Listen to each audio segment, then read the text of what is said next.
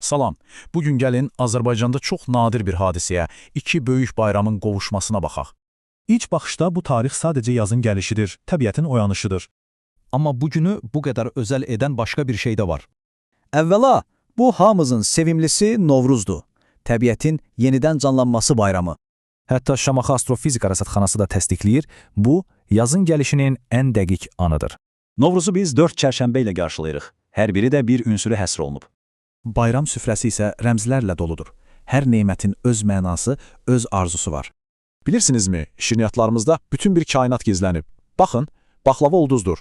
Aypara şəkilli şəkərbura isə əlbəttə ki, ayın özünü simvolizə edir. Qoğal isə günəşimizdir. Beləcə, səmavi üçlük tamamlanır. Amma dediyim kimi, bu tarixdə başqa bir gözəllik də yaşanacaq. Çünki həmin gün eyni zamanda müqəddəs Ramazan bayramıdır. Bu bayram ruhun təmizlənməsi, daxili dinçlik və huzur zamanıdır. Yaxşı, bəs milli və dini bayram eyni gündə? Bu bir-birinə zidd deyil ki. İlahiyyatçı Ağa Hacıbəyli deyir ki, onları qarşı-qarşıya qoymaq heç doğru deyil. Deməli, əsas məsələ budur. Kökləri fərqli ola bilər, amma ruhları eynidir. Belə düşünək, biri təbiəti yeniləyir, o biri isə bizim ruhumuzu.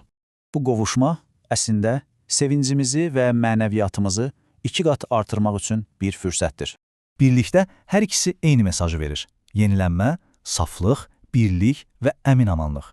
Bu hər evə həm maddi bolluq, həm də mənəvi nur arzusudur. Hər birinizin bu qoşa bayramı mübarək olsun əziz dostlar. Bəs sizin üçün bu qoşa bayram hansı yenilənmənin və birliyin müjdəçisidir?